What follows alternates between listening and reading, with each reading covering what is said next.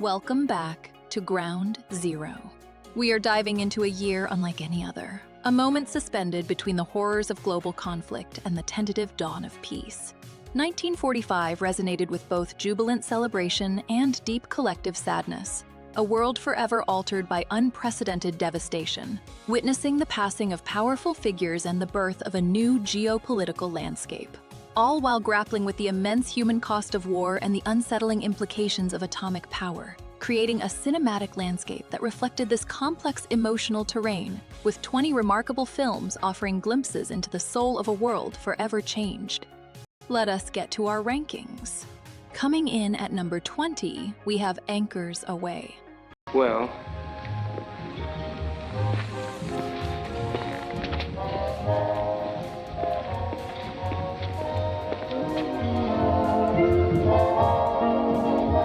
she's gone.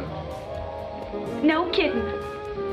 Don't worry. This musical marked the first collaboration between Frank Sinatra and Gene Kelly, a partnership that would continue with subsequent films, though here the dynamic sees Kelly positioned as a supporting player alongside Sinatra.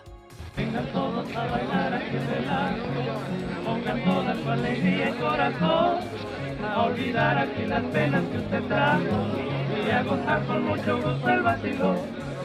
Las muchachas ya se muestran cariñosas, porque saben que la fiesta va a empezar, y al oír estas notas melodiosas que se relajan,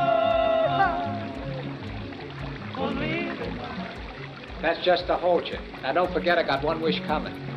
While the central romance with Katherine Grayson as Susan Abbott takes time to ignite, it is Dean Stockwell as young Donald Martin who shares a remarkably vibrant chemistry with Kelly. A true standout within a production most remembered for its innovative tap dancing sequence featuring Jerry the Mouse. Turby. Susan, look, there's something I've got to tell you. It might make a difference in the way you feel about seeing me even, but I've got to tell you. Well, please, Clarence, don't tell me now. I like you very much, but we haven't known each other very long, and, well, sometimes it's a mistake to say things too soon. Do you think so?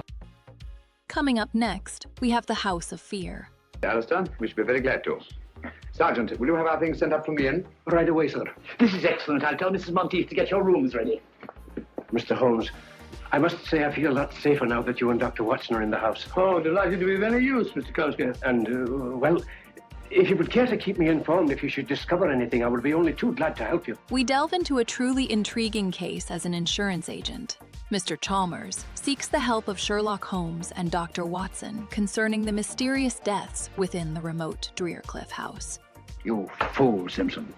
I told you somebody noticed that tobacco jar. A fool, am I? Who asked this detective to come and stay at the house? He did. I had to, the way you and Merivale were acting. Shut up, Cosgrave. Don't tell me to shut up.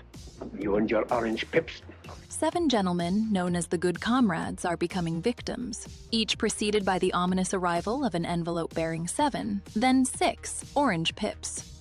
A few nights later, as the good comrades gathered to drink a final toast to their departed member,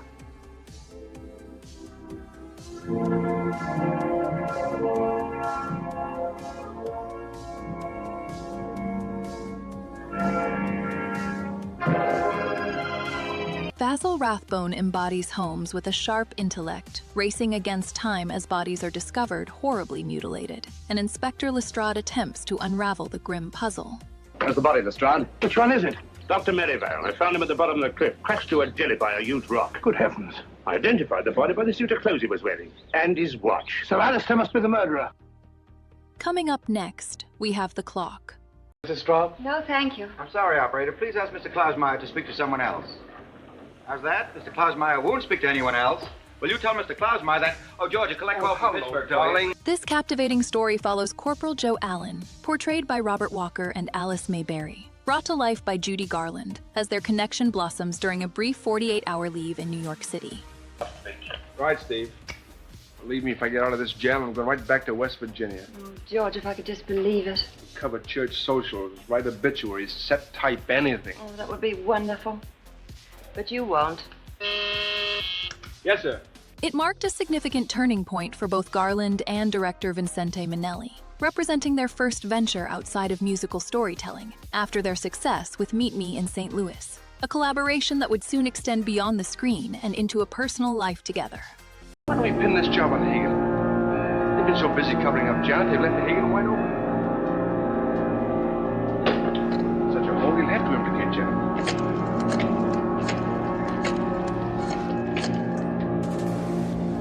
Hello, birthplace? It's George Stroud.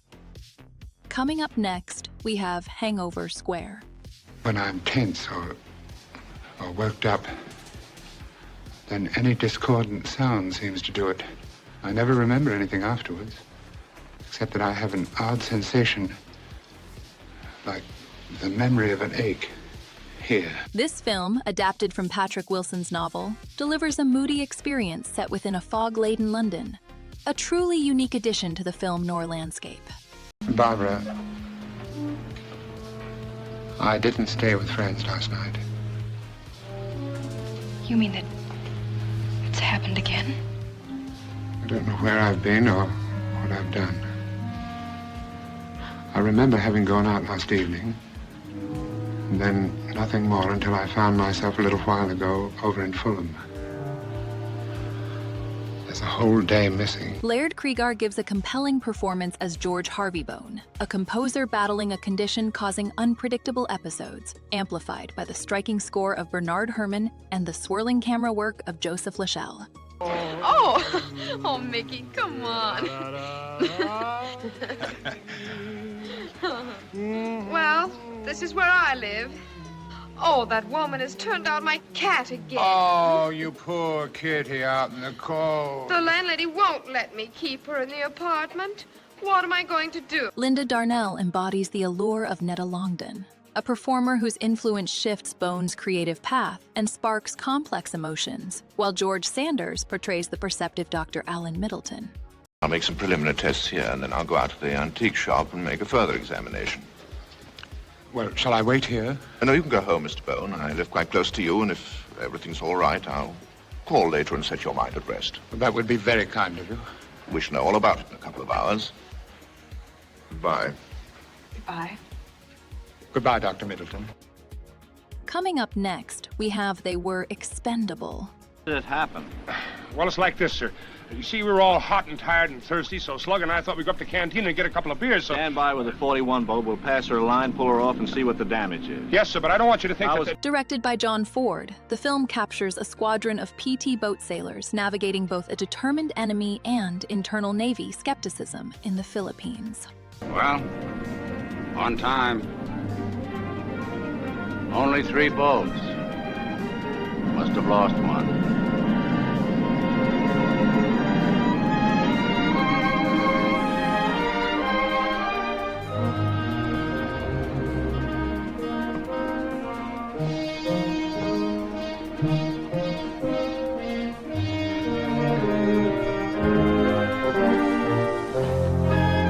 We see Lieutenant John Brickley, portrayed by Robert Montgomery, continually demonstrating the agility of his boats to an unenthusiastic Admiral Blackwell, while Lieutenant Rusty Ryan, played by John Wayne, chafes at being relegated to messenger duties after the Pearl Harbor attack, eager to prove the squadron's worth amidst a desperate fight for survival. All boats from Brick, all boats from Brick. Nice going. Brick from Rusty. That ought to show him.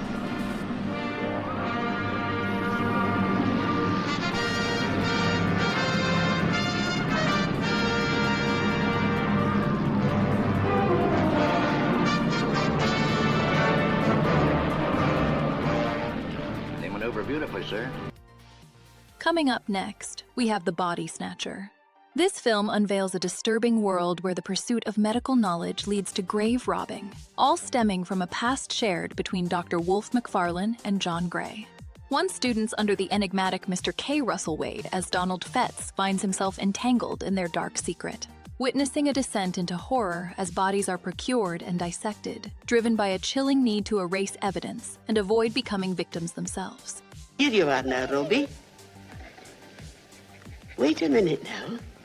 He'll no leave the grave. Not since Wednesday last, when we buried the lad. Your son, ma'am? He must have been a fine lad for the wee dog to love him so. Aye, a fine lad he was. Gentle with all little things, like Roby here. Now I can't get the dog to leave here. But it's probably for the best. For I haven't got the money to afford a grave watcher. Not much danger here, ma'am, I wouldn't think. Right here in the heart of Edinburgh. Oh, they're uncommon bold, the grave robbers. And the daft doctors who drive them on. I'm by way of being a medical myself. A doctor? A student. I've been studying under Dr. McFarlane. That is, I've been studying until today. Coming up next, we have I Know Where I Am Going.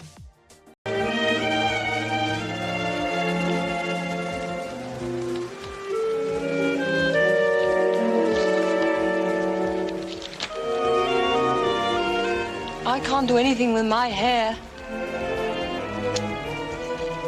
Wonder what happened to my wedding dress.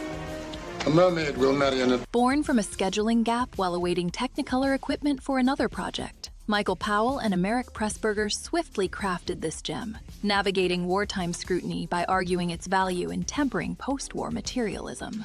Please, ma'am, I'd like to be speaking to Miss Webster. Bridie wants to speak to you. What is it, Bridie? It's about the boat, miss. Don't be thinking of taking it out, miss. Himself will murder Kenny. Nonsense. I look after your father. Anyway, Kenny's a man. He's taken out the boat alone many times. But never in a gale. Himself would never take it out in a southwesterly gale. But it's blowing out. Your father said so. It's going down all the time. Himself would never take it out today. And what about the money Kenny's going to earn? Do you want to have to wait another 4 years to marry him? Wendy Hiller, finally available after a previous scheduling conflict, shines as Joan Webster, embarking on a journey that finds her captivated not by her destination, but by the compelling Torquil McNeil and the spirit of the Hebrides. Would you be so good as to study it? You will see that when you arrive at Glasgow, you change to Buchanan Street Station. Mr. McAllister, a director of the Bellinger Metalworks, will meet you on your arrival at the Central. You arrive at Oban in Argyllshire at 11:30. Coming up next, we have Christmas in Connecticut. And I think you're glad it happened. Well, I must say the way you've been behaving isn't exactly... As the wife of John Sloan, the eminent architect, should behave. You've disrupted my household. Yes, I have, haven't I? You told Yardley that you were in love with Joan. We find Elizabeth Lane, skillfully portrayed by Barbara Stanwyck, crafting an idyllic rural life through her widely read column. A life that exists solely on the page. Did you enjoy your lunch, honey boy? Mean that much? What I don't understand is when a guy's okay and he wants some man-sized food, why they hold out on him? You forget you out on a raft for 18 days without any food. Well, your tummy's not ready for solid food. And why is Sinkwood's stomach any different than mine? Why? Because you starved longer than he did, Jeffy. You gave him the last of that K ration, remember? That was a great sacrifice. Her publisher, Alexander Yardley, remains delightfully unaware of the fabrication, while a visit from the rugged Jefferson Jones, played by Dennis Morgan, threatens to expose the truth. Good morning. Mr. Sloan? Yes? How do you do? How do you do? I'm Homer Higginbottom. I represent the Christmas Entertainment Committee of Stanfield. Mr. Sloan, I understand you're entertaining Jefferson Jones, the war hero, over the holiday. Dudley Beecham works alongside Elizabeth, attempting to maintain the facade, as they quickly arrange a manufactured domestic scene at John Sloan's farm, hoping to protect both their careers and reputations. Felix, this is awful. Has the doctor arrived yet? No, but the judgment's home. Oh. Felix! Oh, Felix, you did it to stop the wedding. If a cow can do it, I can do it. Oh, Felix, you're wonderful. Moo. Coming up next, we have And Then There Were None. Entire truth. Miss Claythorne, did you or did you not commit the crime of which the gramophone accused you? I'd rather not talk about it. Ah, but you must. We delve into a chilling tale where 10 individuals are lured to a secluded island off the coast of Devon, England, a location deliberately chosen to amplify the escalating sense of dread. If it's any comfort to you, there's one person who doesn't suspect you. Thank you. Aren't you going to return the compliment? I haven't made up my mind about you, Mr. Lombard. Whom do you suspect? One nearest the fire. As accusations surface, mirroring a grim arrangement of 10 Indian figurines, the guests find themselves trapped, unable to leave as a weekend gathering extends into a desperate struggle for survival. When the boat arrives in the mainland, there'll be 10 dead bodies and a riddle no one can solve on Indian Island. 10? My dear child, I'm an old and sick man. I received my death sentence a year ago.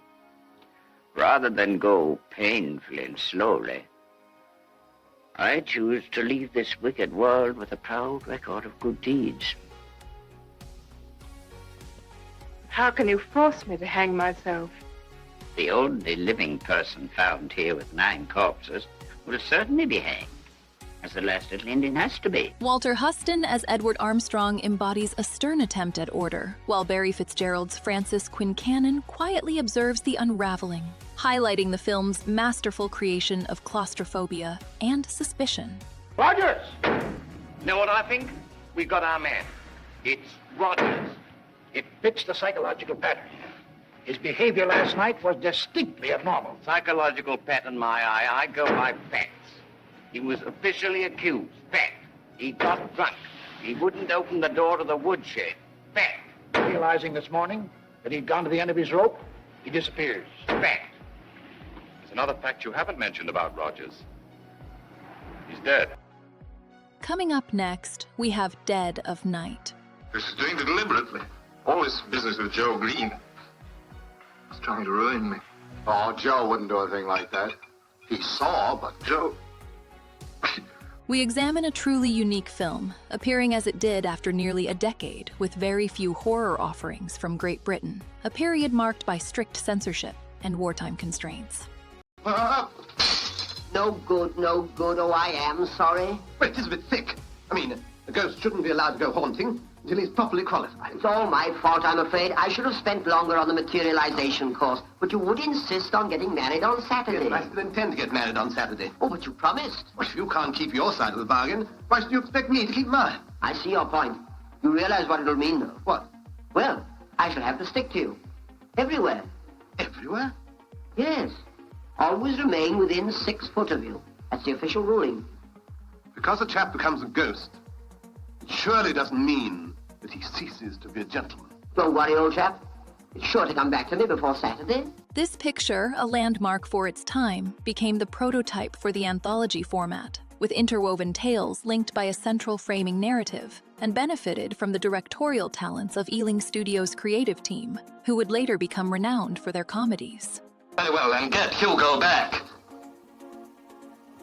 Now you see what I'm up against.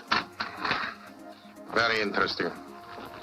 I'd like to have a talk with that other fellow, Keith. I'm afraid that's out of the question. He's a witness for the prosecution. Have a look at his statement. I'd like to know what you think of it. Seems more like your job than mine. I knew Maxwell Freer by reputation as an artist of the highest standing in his and my profession. Mervyn Johns as Walter Craig guides us through a night of unsettling stories, while Googie Withers appears in multiple segments, weaving a haunting thread throughout the collection. Still there. One of the most complete examples of dual identity in the history of medical science. You mean that half the time Freer was Freer, and the other half he was his dummy? Exactly. And in the end, the dummy got the upper hand entirely.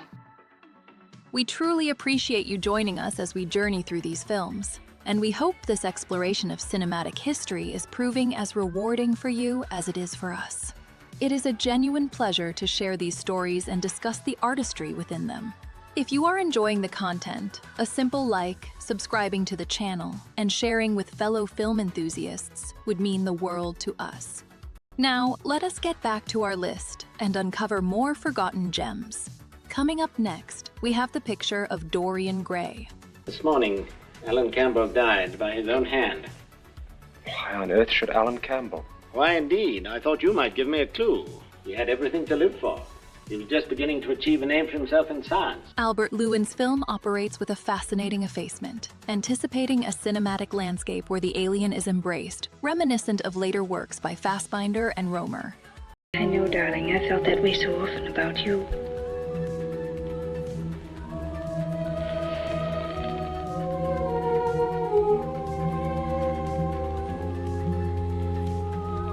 Goodbye, Clarence. Goodbye. Until 8:30. Until 8:30. Hurd Hatfield delivers a compelling performance as Dorian Gray, a figure not truly in control, manipulated by Lowell Gilmore's Basil Hallward and George Sanders' Lord Henry Wotton, evoking the somnambulism of the cabinet of Dr. Caligari while exploring a stark struggle between virtue and vice, underscored by the wisdom of Omar Khayyam. Alan, in the locked room at the top of this house, a room to which no one but myself has access. A dead man is lying across the table. He's been dead for 10 hours. Who he is, why he died, how he died, are matters that do not concern you. What you must do is... There's no need for you to go on, Dorian. Your horrible secrets don't interest me. Coming up next, we have Detour.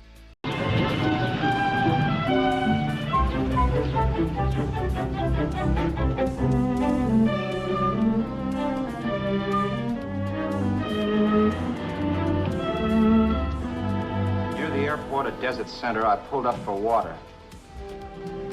There was a woman.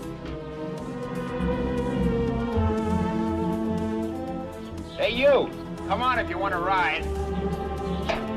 We examine a remarkable piece of film noir, crafted with astonishing resourcefulness by Edgar Ulmer, who completed principal photography in just 6 days with a remarkably small cast of 7 actors. If I didn't want to give you a drink, I wouldn't have offered it. Why be a sorehead, Roberts? You got yourself into this thing. You should be grateful I'm not turning you in. Why, if I wasn't regular, you'd be in the pen this minute, being photographed, fingerprinted, and being pushed around by the cops. So cheer up. Get rid of that long puss. Or is your conscience bothering you? Tom Neal embodies Al Roberts, a pianist whose cross-country journey spirals into a web of deceit and danger, further complicated by the unforgettable Vera, portrayed by Anne Savage. Don't you want to marry me? Al, look, I love you. You know I do, and I want to marry you. But? But not now. Only after we've made good. Sunday, I'm going away. The film's depiction of cynicism and moral ambiguity resonated with audiences, perhaps mirroring the collective mood near the conclusion of World War II, solidifying its place as a cult classic. You're smart, you won't get caught. I knocked with 7. And if I'm caught, don't you realize you'll be out too? 18 points, that gives me 30. How will I be out? You'll be out $1,850 we would have gotten on the car. Really, Vera, you'd be an awful chump if you threw away all that dough on a dizzy long shot. Let me sell the bus tomorrow. With the money it'll bring and what you've already got, a clever kid like you can run it up in no time. Then we'd both be in the clear. Coming up next, we have Leave Her to Heaven. Tomorrow, Dick, you'll go on the witness stand. You must remember that Quentin isn't just the prosecutor. You may rest assured he'll have his brass knuckles on. He'll throw the whole book at you. He'll ask you some questions that won't be easy to answer. One in particular. You swear to tell the truth, the whole truth, and nothing but the truth, so help you God? I do. This film, adapted from Ben Ames Williams' popular novel, initially appeared as a tragic love story, yet quickly reveals itself as a strikingly dark exploration of obsession. 8-7.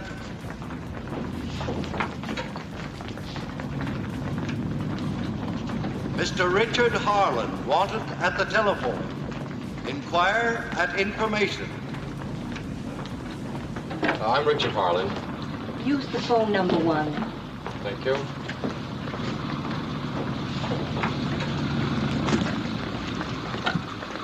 Twentieth Century Fox envisioned a lavish production, and director John M. Stahl delivered a rare Technicolor noir, contrasting stunning landscapes with the escalating possessiveness of Ellen Barrett Harland, portrayed with remarkable depth by Gene Tierney, while Cornell Wilde plays her husband, Richard Harland, and Jean Crane embodies Ruth Barrett.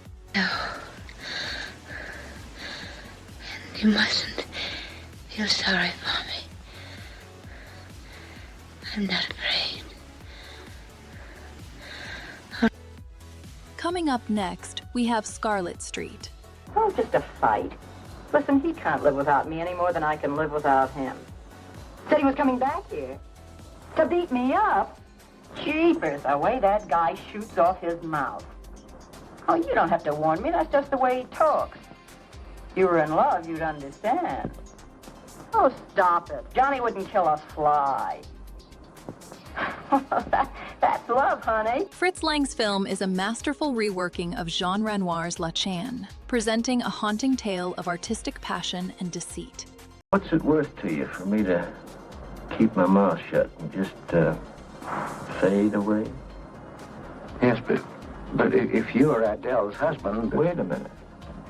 I can see you need Adele. I need money. You're a cashier. It ought to be easy for you to put your hands on a couple of thousand. We see Edward G. Robinson as Christopher Cross, a man whose quiet naivete draws him into a dangerous game with Joan Bennett, captivating Catherine Kitty March and Dan Darius, scheming Johnny Prince. Is he hurt? I'll go call a policeman. No, wait! Wait!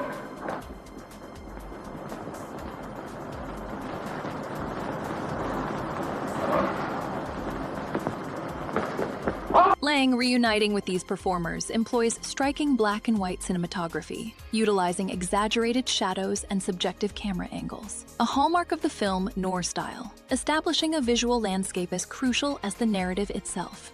Pass it along to him, boys. Oh, that's a beautiful watch, JJ. Yes, Oh, wonderful. So, Billy, beautiful watch. Chris?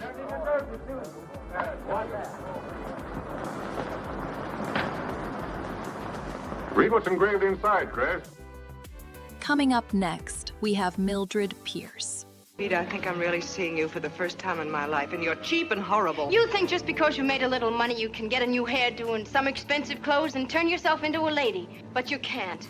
Because you'll never be anything but a common frump whose father lived over a grocery store and whose mother took in washing. We delve into a story presented not as a linear narrative, but as a fragmented flashback, a structural choice that deliberately plays with perception and slowly reveals a central mystery. Worst of all, you're interfering with my plans for Vida, and I won't stand for it. I always knew that someday we'd come to this particular moment in the scheme of things. You want Vida and your business and a nice, quiet life, and the price of all that is me. You can go back to making your pies now, Mildred. Joan Crawford, as Mildred Pierce, delivered a performance that not only revitalized her career following a shift to Warner Brothers, but also earned her an Academy Award. You still don't understand, do you? You think new curtains are enough to make me happy. No, I want more than that. I want the kind of life that Monty taught me, and you won't give it to me. I'm sorry for all the trouble I've caused, but if I went home, it would start all over again.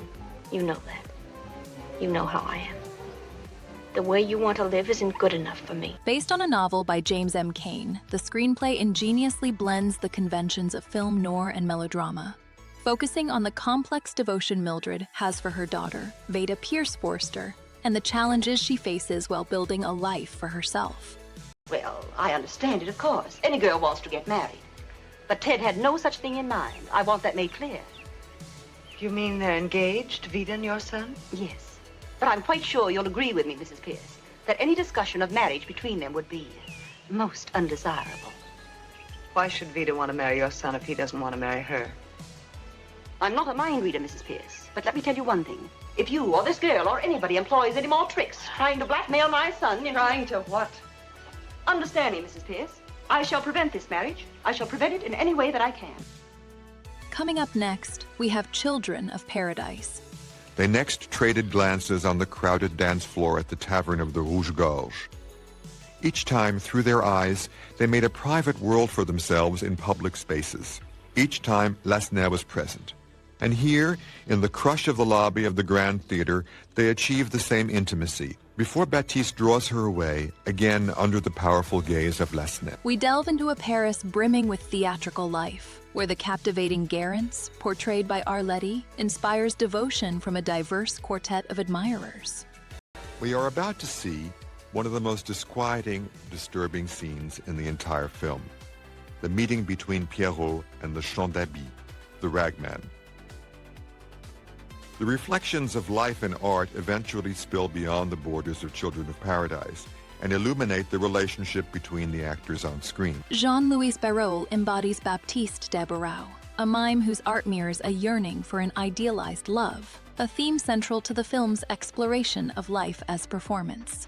Here, in a grand theatrical gesture, Frédéric predicts that one day his name will be on the marquee in big letters. Destiny itself is being invoked, and in fact, destiny will be a felt presence at crucial times in the film. Here comes Garance, now clothed, and we see the effect of her beauty on Frédéric, who immediately rushes over to simulate a chance meeting with her. His little charade is transparent, but its boldness and wit are charming. Director Marcel Carne, alongside Jacques Prévert, crafts a narrative divided into segments like The Boulevard of Crime, showcasing passions playing out amidst the bustling Boulevard du Temple, and illustrating how even the purest affections can become entangled in a world of complexity. Once Baptiste and Garance leave together, the camera keeps us at the Rouge Gorge somewhat anticlimactically after their exit, for the sake of laying the groundwork for Lassner's next criminal exploit. He has been tracking the movements of a courier or bill collector who regularly carries large sums of money about Paris, and Lassner is ready to plan a holdup. Coming up next, we have Rome, Open City. This film arrived as a potent expression of a nation grappling with occupation.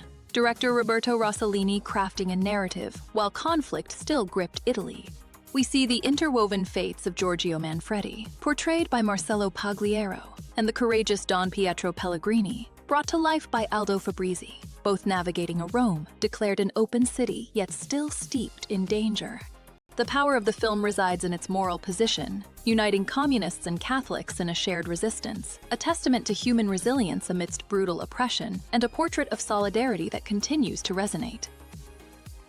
Coming up at number 3, we have The Lost Weekend. Do you want a drink, Don? No. Here it is, right here. Why don't you have one? Just one. What are you up to? Nothing. I'm just ashamed of the way I talk to you, like a narrow-minded, insensitive, small-town teetotaler. This film broke ground with its stark depiction of addiction, a subject rarely touched upon so directly in cinema, earning Ray Milland an Academy Award for his portrayal of Don Burnham. What's this? It's whiskey, isn't it? How'd it get there? I don't know. I suppose it dropped from some cloud or someone was bouncing it against this wall and it got stuck there. I guess I must have put it there. Yes, you must. We follow Don's harrowing descent over a single weekend in New York City, a journey vividly brought to life through unsettling visuals, like the famous hallucination of a bat and a mouse. Let me have one, Nat. I'm dying. Just one. I thought you was home writing that book. They're playing a trick on me. A dirty trick, Nat. Give me one. I'll pay you when I can, only just don't let me die. The film's power resides in its avoidance of simple answers, instead presenting a complex struggle, culminating in a moment of crisis averted by Helen St. James, encouraging Don to confront his experiences through writing. Good old Prohibition days. Say, you should have seen the joint then. This is nothing. Back then, we really had a turnover. Standing room only. Prohibition, that's what started most of these guys off. Whoopee, I'll be a good boy and drink this. I don't want it. Better take it. Coming in at number 2, we have Spellbound. I want to talk to you, Dr. Murchison. It's rather late. I do need rest, Constance. I must talk to you. Nocturnal conferences are bad for the nerves. Is it something about your work? Yes. Can't it wait till morning?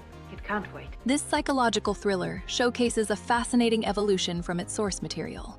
The 1920s novel, The House of Dr. Edwards, radically reshaped by Alfred Hitchcock and his team, including early work from Alma Revel. It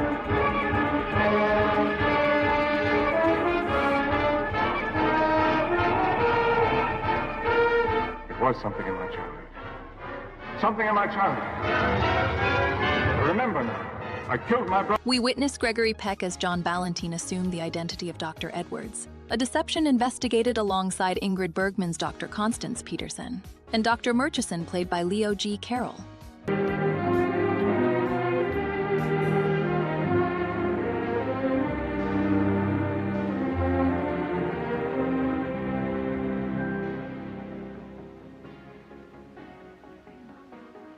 Miss Carmichael, please. Dr. Peterson is ready for you. Awfully sorry I have to go. Had a perfect hand. Would have beaten the pants off you. Harry will take you, Miss Carmichael. Oh, thank you. Watch her carefully. Don't take your eyes off her.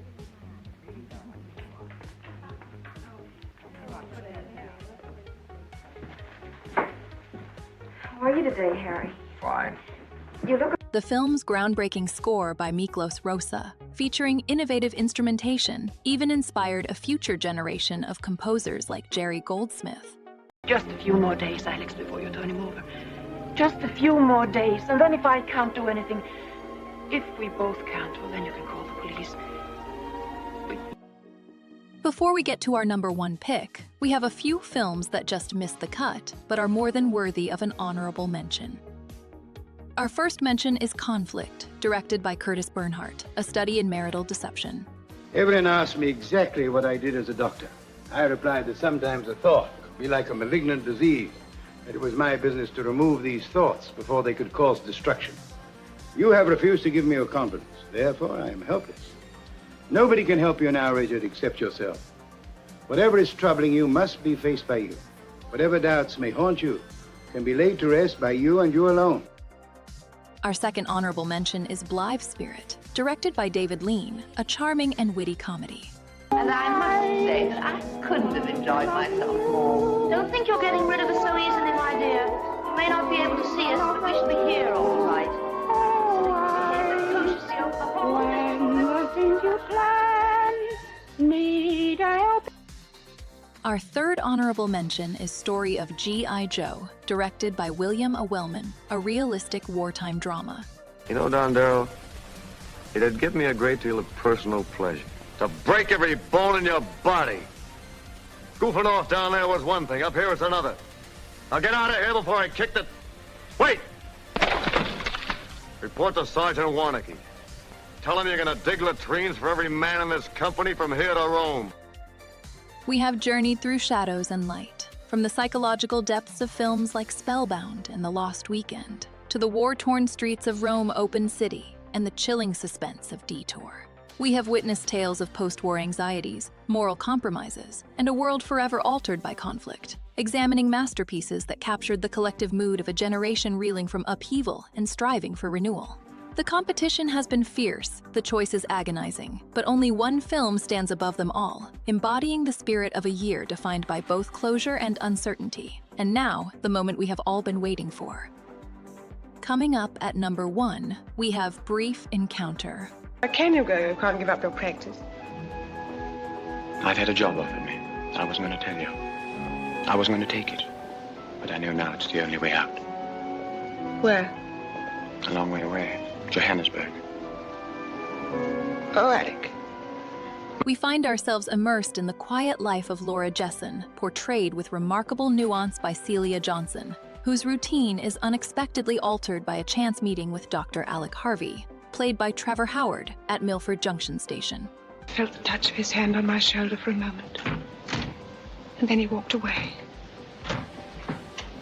Away out of my life forever. He's got to get right up to the other platform. Talking of missing trains reminds me of that awful bridge at Broadham Junction. Darlie still went on talking, but I wasn't listening to her. I was listening for the sound of his train starting. Then it did. The narrative, presented as an internal confession, while her husband Fred, expertly performed by Cyril Raymond, remains unaware, highlights a poignant exploration of suppressed emotion and the conflict between personal desire and social duty, a theme central to the work of Noel Coward and David Lean. Now you get on with your old puzzle and leave me in peace. Have it your own way. You're a poetry addict. See if you can help me over this. It's Keats. When I behold upon the night-starred face huge cloudy symbols of a high, something in 7 letters. Romance, I think. I'm almost sure it is. Huge cloudy symbols of a high romance. It'll be in the Oxford Book of English Verse. This is a story where decency itself becomes the defining drama, where letting go often speaks louder than grasping, and the ordinary is sharply contrasted with the intensely personal.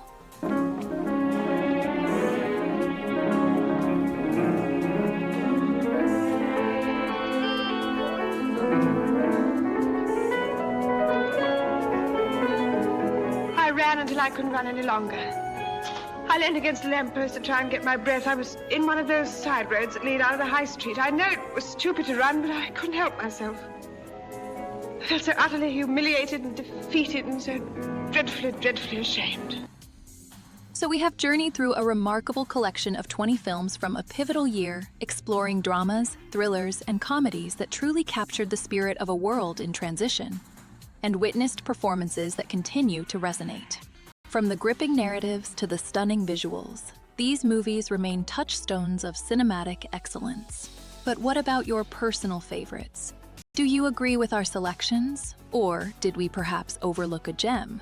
Let us know in the comments which films we should have included, and more importantly, tell us which specific movie list you would like to see us tackle next. Do not forget to like the video and subscribe to Ground Zero for more deep dives into film history.